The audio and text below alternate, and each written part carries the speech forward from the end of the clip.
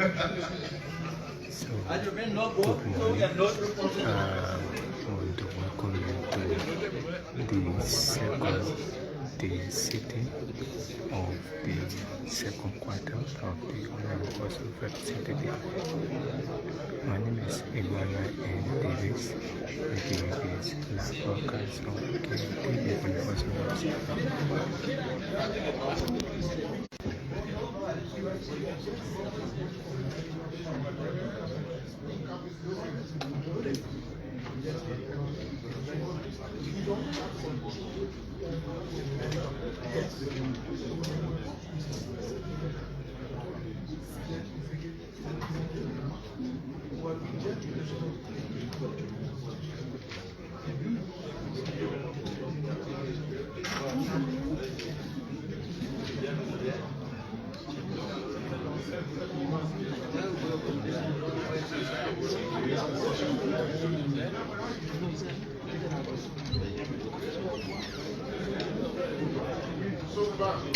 All right.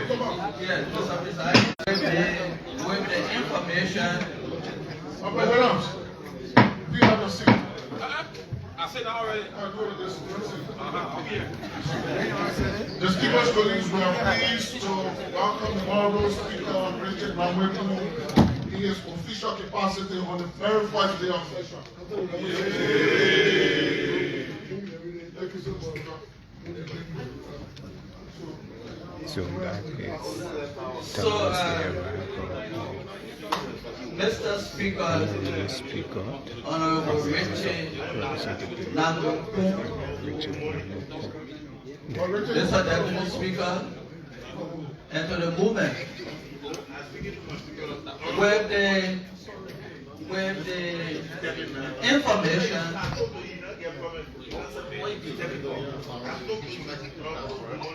Yes, I called a guy and said, have an invitation, they refused to answer. Can I proceed, Mr. Speaker, and I will take that? We're having a session here.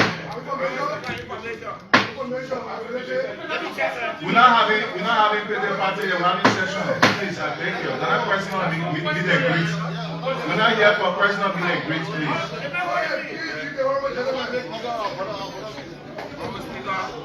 Mr. Speaker, I'm not protected.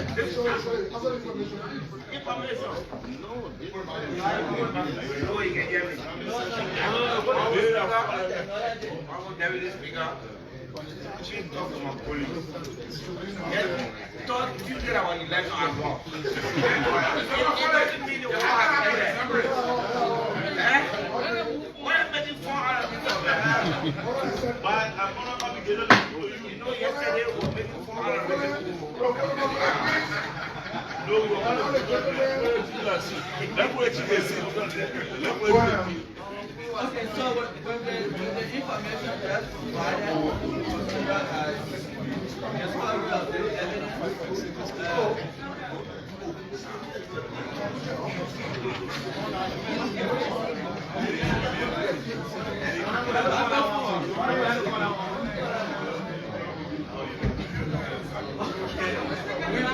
that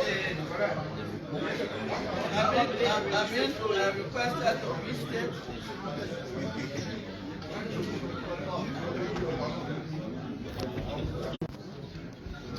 Okay.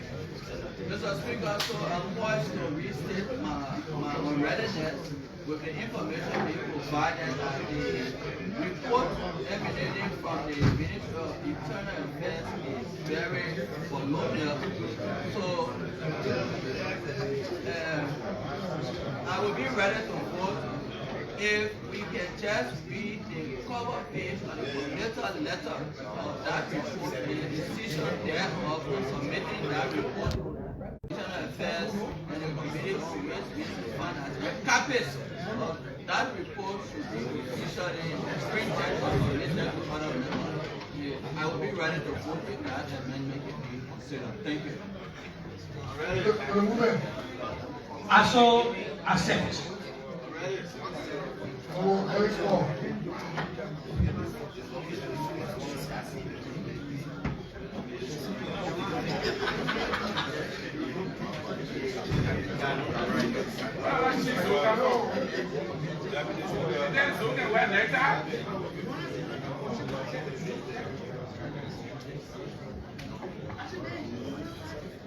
Honorable Speaker, Deputy Speaker, distinguished colleagues, to the movement. Mr. Movement, I'll be ready to vote. Were you to consider, I leave the never. No one then you listen to me. Mr. Movement, I'll be ready to vote. Were you to consider your amendment stating that at I be noted. I'll be ready to vote for you to reconsider your decision that this communication be read so that we know what is in it. Mr. Movement, I hope you are following. I'll be ready to vote for you to reconsider your amendment that item I on the agenda be read so that we understand what is in it. Here, the after plenary can take a decision whether to know it or to wherever. We do not know what is in it.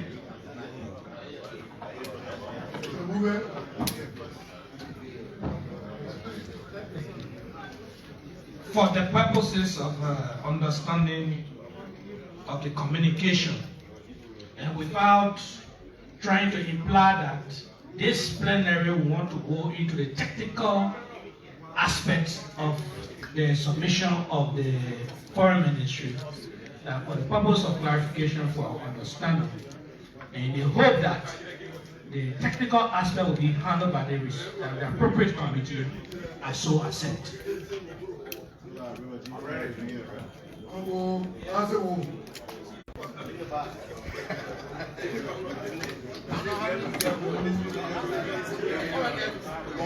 Honorable Speaker, Honorable Deputy Speaker, the movement, I will be ready to vote for you to reconsider that the communication from the National Identification Registry to remain on the agenda, because it is observed that most of the leeward counties have the bone to pick with the National Registry with regard to the duration of the period that it takes when people do the identification card, so that this information should remain so that we can properly know it, to know what information dissemination they want us to do, and we too can do correction on what we want them to do.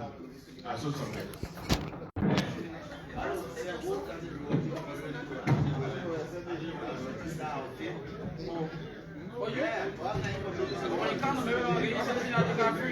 Honorable Speaker, Honorable Deputy Speaker, distinguished colleagues, having listened to the sensitive information just proffered by my colleague regarding the intended operations of how to implement the executive order related to the national ID card, I so accept that the communication be read and will have a better understanding.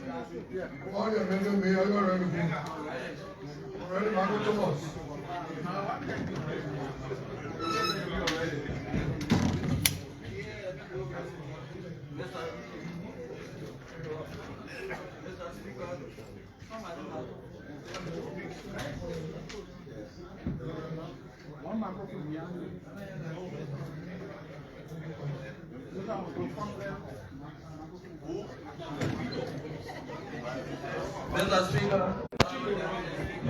Information or to the Lima Caucus. The Lima Caucus, our majority leader is about to be inducted in the office of senator. We all still pronounce he is inducted. We all the Lima Caucus along with Maya Dan and Chairman Executive to accompany the caucus member to witness the ceremony of Senator induction. So please explain that for now.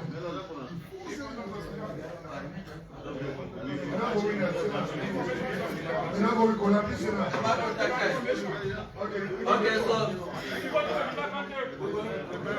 Honorable Speaker, Honorable Deputy Police, taking the consideration, the information is taking the consideration that Honorable Samuel going program is not only a senator-elect, but one, if my mind set it right, the second doing of this plenary, next to Honorable Thomas P. Farah. I want to kindly appeal to the Yahoo. In this plenary, in the next 15 to 20 at most televisions, can escort a doing of this plenary, I think would be necessary. Then to have a dedication of only Lima caucus and selected few. So the only party can accompany them, the doing of this particular legislature can accompany them. Mr. Speaker, can you please accompany your colleagues? If I can continue quickly, I will be ready to vote, Mr. Speaker. If the movement can accept this on Tuesday, then officially the committees have not been officially constituted.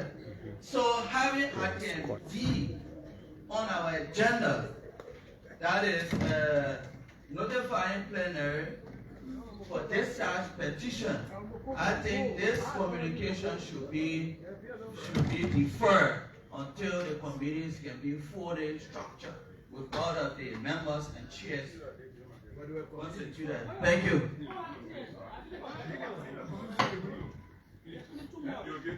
The movement.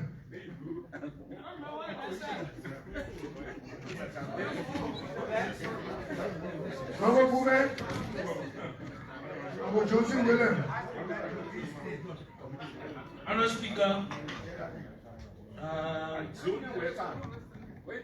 the request by the honourable gentleman of District 4, Montreal County, I recall that you made some announcements of committees. So, on the basis of that, I so reject. With all the amendment made, are you all ready to vote, colleagues? All those in favor say yeah. Against? Say no. Abstain, put your hands up. Is hereby carried. Next.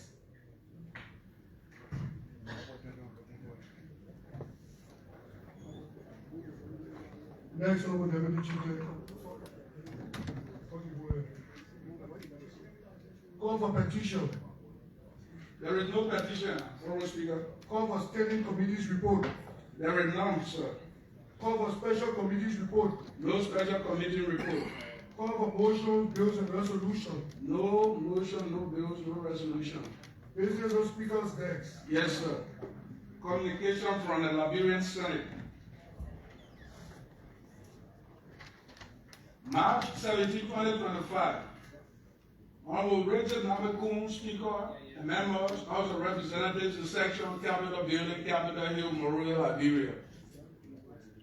Honorable Speaker and members, I have the honor to present my compliments and my director of the Senate in section forward here to attached Senate's engrossed bills number 7, 8, 9, 10, 11, 12, 13, 14, and 15 entitled all our townships, Lobey Township, Digamo Township, Big Township, Mela Township, Bubo Township, Dimple Township, Sokopa Township, Nebe Township, and Zwole Township.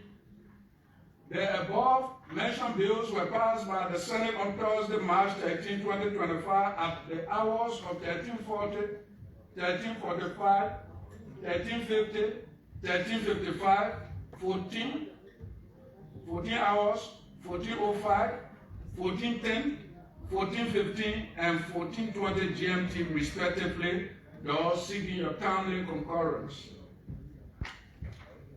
Please accept, Mr. Speaker and members, the renewed assurances of my highest consideration and esteem.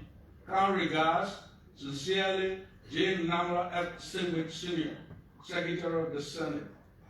Mr. Speaker, co-presiding officer, distinguished honorable ladies and gentlemen, that is the reading of the communication from the Liberian Senate seeking your concurrence on 9 bills. Thank you, sir. Thank you. Honorable colleagues, with the communication from the Labrador Senate forwarded to us for concurrence, what is your waiting pleasure? Honorable P. Marjorie.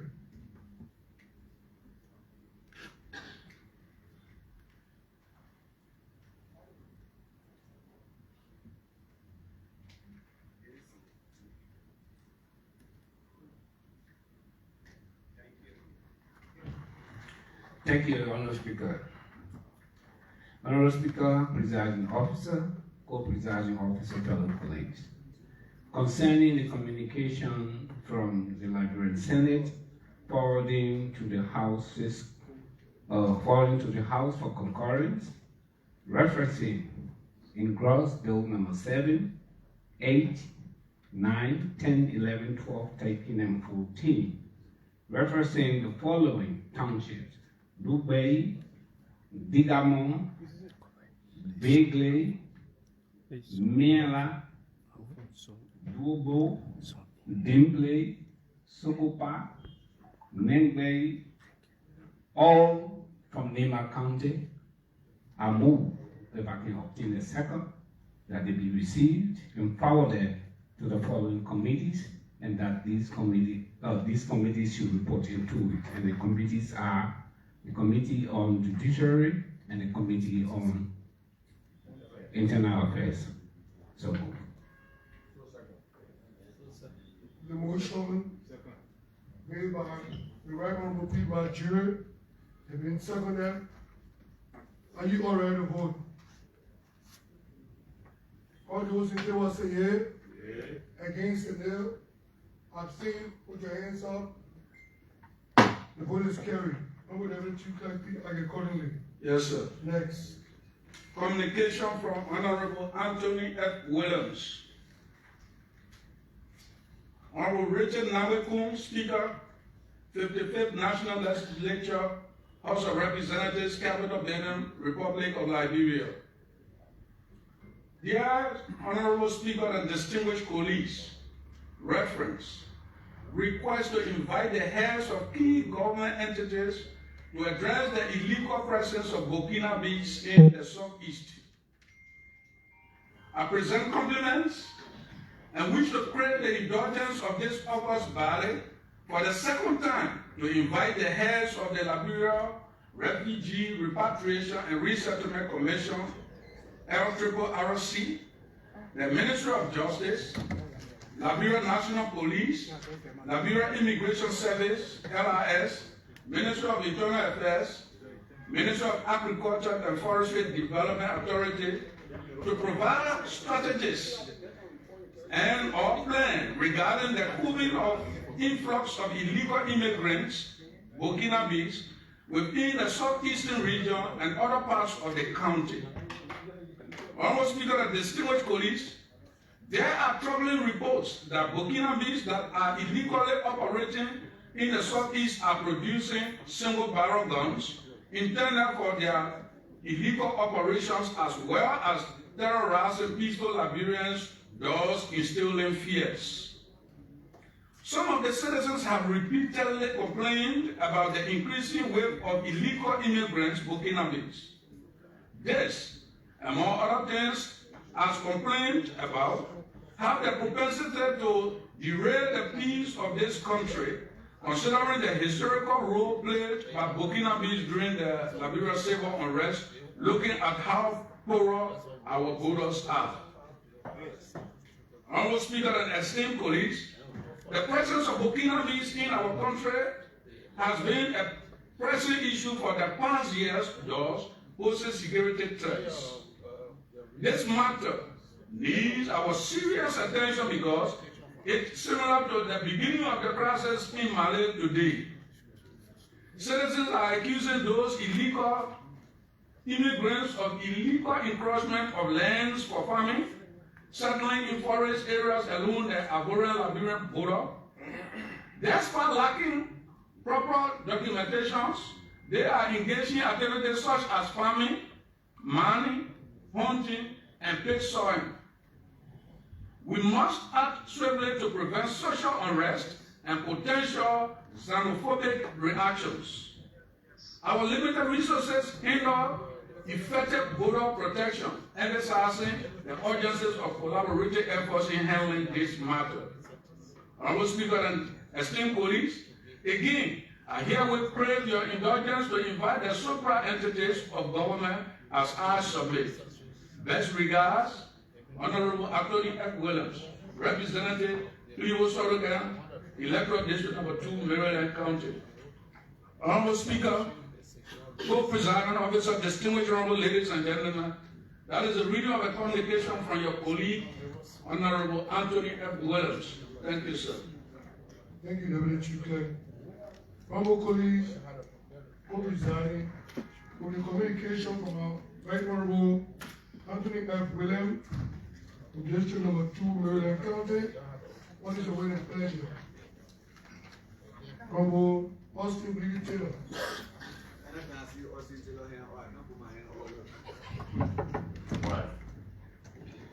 Honorable Speaker, Honorable Co-Presiding, having listened to the well-written communication from my colleague, an illustrious son of Maryland County, I will move that Honorable Williams, having been the proponent of this communication, be given at least 5 minutes to elaborate on the said communication, after which the said communication could be opened to the floor and sent to the appropriate committees. I so move. Is that a motion? No, that's not. It's not second. The motion come from honorable colleagues, are you going to vote? All those in favor say yea. Those against say no. Abstain. The vote is carried. Proponent, you have the floor. 5 minutes, please. Thank you. Honorable Speaker, Honorable Co-Presiding, James Schooler, distinguished colleagues. Honorable Speaker, distinguished colleagues. My communication in the backdrop of the influx of Burkinabés national into the southeast and other counties in Liberia. There were some times back when I was a member on the Health Transparency Committee, we paid a visit to some counties in the southeast. And then when we got to the southeast, from Neighbor County as far as Maryland County, the citizens of those places were complaining about the influx of Burkinabés. Undocumented Burkinabés are in the forest, and they were there. We brought our communication to plenary, brought the attention of the Burkinabés to plenary, and up to this time, they have been nothing done. Of one recent in Rivergy County, there was a dispute between the farmers, all because of land. 2 persons were killed, I think 5 persons were killed from my colleague district. Burkinabés were also there born in terms of the land grab, as we speak correctly. Another situation in Grangeville County again, Burkinabés are in the forests, they are uncounted, nobody have documents, have information about them, and they are all in these forests as we speak currently. We had an opportunity to participate into a conversation with the EU. The EU did a presentation of Mama Point, and they projected a risk of us keeping the Burkinabés in the forest without it being documented. One of the problems that EU flagged to us was the people in the southeast or the landowners are giving the Burkinabé the land to make farm. Then after they have made the farm, they will divide it 60-40. Now the farm owner, the landowner takes 60% and the farm owner takes 40%. The Burkinabés are burning and they are living on that 40% of the land. After a few years, they will say that land is for them. And then the tribal people will say, oh no, the land is not for you. So there will be a conflict in the future if we don't settle it. So I thought that it was important that I bring it to the attention of plenary and fellow colleagues to see how we can work on the whole Burkinabé issue as it relates to the risks that it poses to our people in the southeast and other counties. Last week, there was a fellow who conducted a Facebook Live in Grangeville County. and accused the president of Ivory Coast that he is the one who is harboring Great Campari from Burkina Faso. The Blaise Campari from Burkina Faso. And the Burkina bees that are coming from Ivory Coast in Grand County as a training base to go and unseat my friend and brother Mohamed Traore in Burkina Faso. Ibrahim Traore, I mean. He's your brother? Yeah, my brother in Burkina Faso. So, Mr. Speaker, distinguished colleagues, we need to take it very serious. It has gone across the border now. We are hosting the guys in the Grand Forest. What is your order to the gentleman? My order is information spewed out by our colleague are sensitive and has national security implications. I who have thought that our colleague will be using the word alleged is an allegation, but to be that emphatic, again, this is the first branch of government speaking in a manner of fashion. So I sustain. Yeah.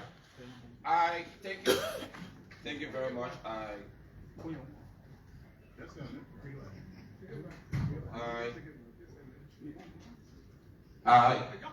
I said a fellow conducted a Facebook Live in Grand County, one of the elders, who accused Blaise Campari,